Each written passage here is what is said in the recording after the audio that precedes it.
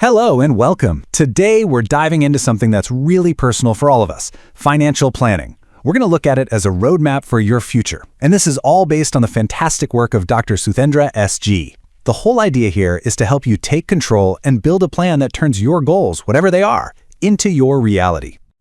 But let's just start with a really simple, direct question. Think about it. You work so hard for your money, right? Day in, day out. But is your money working just as hard for you? That's really the big question we're here to answer today. So what even is financial planning? It sounds complicated, but it's really not. Let's just strip it all down. It's simply the process of looking at your biggest life goals, the house you want, the places you want to travel, a comfortable retirement, and making them happen with a real actionable plan for your money. That's it. It's a roadmap. Now, to build that roadmap, it really helps to think of your financial life as a journey that unfolds through a few very distinct stages. And, as you'll see, each stage brings brand new roles and totally new priorities. And here is that map for our journey. It's called the economic life cycle. As you can see, it outlines a path from our early years as a learner, when we're focused on education, all the way through to being a retiree.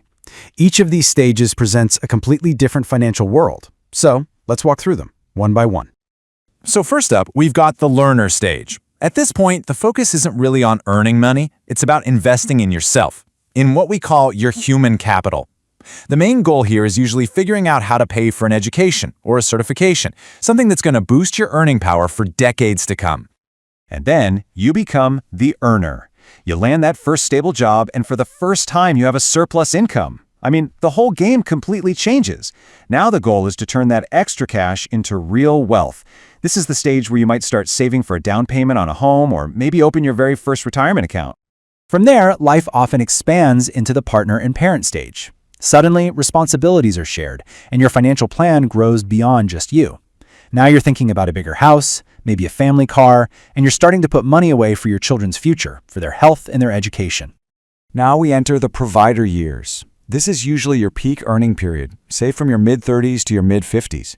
But you know how it goes. With higher income often comes much higher costs.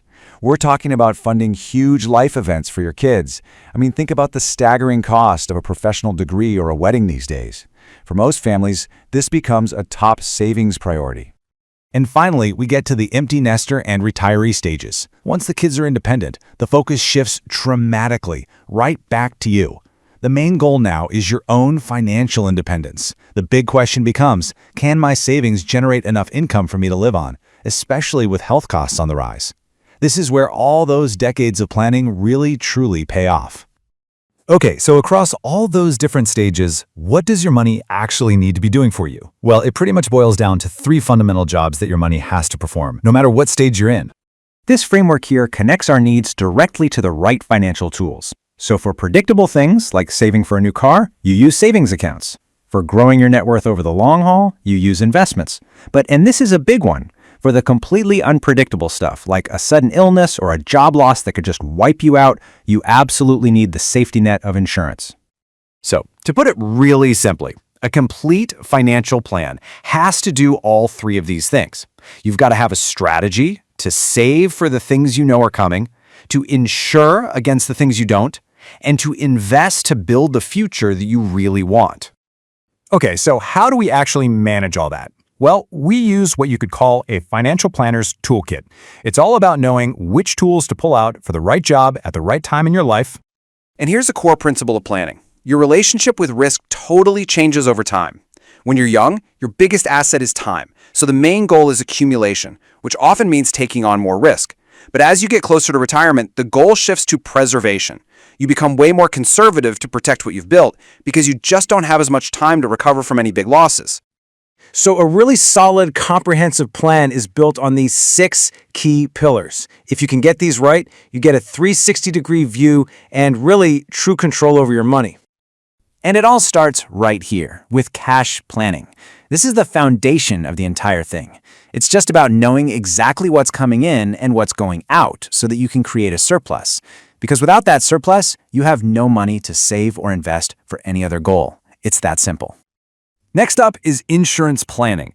Honestly, think of this as the shield that protects your entire financial plan. It's what makes sure that one single unexpected event, like a medical emergency or an accident, doesn't completely wreck all of your long-term goals. Then we have the engine of your plan, investment and retirement planning. This is where you put that surplus to work. It's about choosing the right vehicles, like stocks or mutual funds, to actively grow your wealth and build that nest egg that can support you long after you've stopped working. And finally, we've got the really forward-looking tools, estate and tax planning. This is about making sure your legacy is handled exactly on your terms and, importantly, structuring your finances so you don't pay a single dollar more in taxes than you have to. It's about keeping more of your hard-earned money.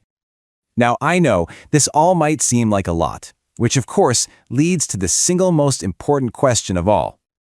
When should you start? Well, there's a powerful financial principle you have to remember. The longer the time period of our investments, the more they will multiply. This is the simple but incredible magic of compounding. Time is, without a doubt, your greatest asset. So let's just be crystal clear about this. The single best time to start this entire journey is the moment you receive your very first paycheck. Financial planning isn't some strategy just for the wealthy. It's the strategy that builds wealth for anyone who wants to achieve their goals, whether they're big or small. You know, your financial story is being written every single day with every choice you make. So the only question left to ask yourself is, what's the next chapter going to be?